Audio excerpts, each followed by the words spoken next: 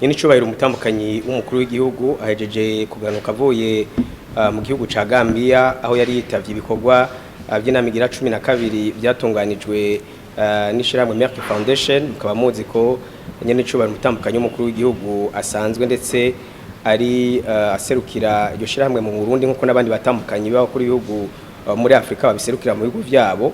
Hanyuma kandi bikaba byahuriranye n'imyaka 13 iheze Merck Foundation iriko irakorana n'abatambukanyi b'abakuru b'ibihugu cyane bariko barashira mu ngiro ibikorwa biteza imbere abene gihugu cyane mu gisata c'amagara y'abantu eka ndetse no mu gisata c'indero. Rero kabaye akaryo keza ko kuganira n'abandi batambukanyi b'abakuru b'ibihugu bahanahana ivyiyumviro baraba ivyo bamwe n'abandi bamaze gushira mu ngiro.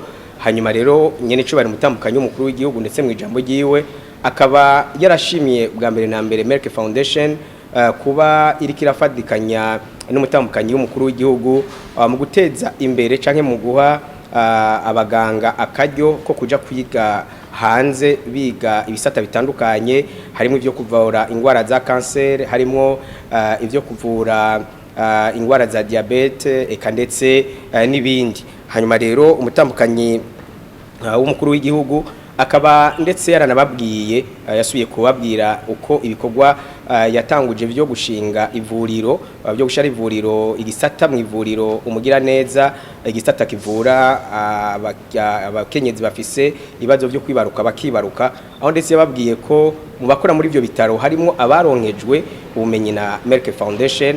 Hanyuma kandi nkuko mubizi gushika ubu hakaba ari abana bashika kuri 10 bamaze kuvuka muri ubwo buryo bwa fecondation in vitro, kandi hakaba hariho abavyitura bavuye hano mu Burundi muri no mu bindi bihugu vya kure nka Chad, Congo n'ahandi. Umutambukanyi w'umukuru w'igihugu kandi yaranababwiye ikijanye n'indero ko bariko baragerageza guteza imbere indero y'abigeme biciye mu mugambi Educate Linda bakorana na Merck Foundation, aho abakobwa barenga bashika kuri 50 bariko barafashwa kugira ngo bige kandi baheze neza amashure yabo.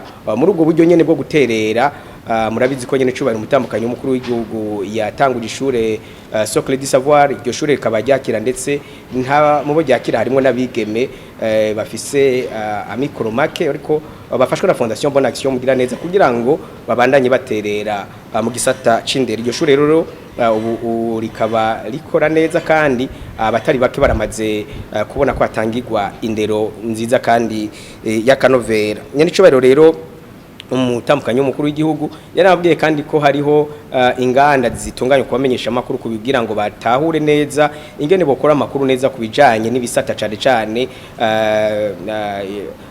ibisata bijanye n'ivy'ubuvuzi. Hari abamenyesha amakuru batari bake kuingangurukana ubumenyi bakaba bahora bitabira ibi bikorwa.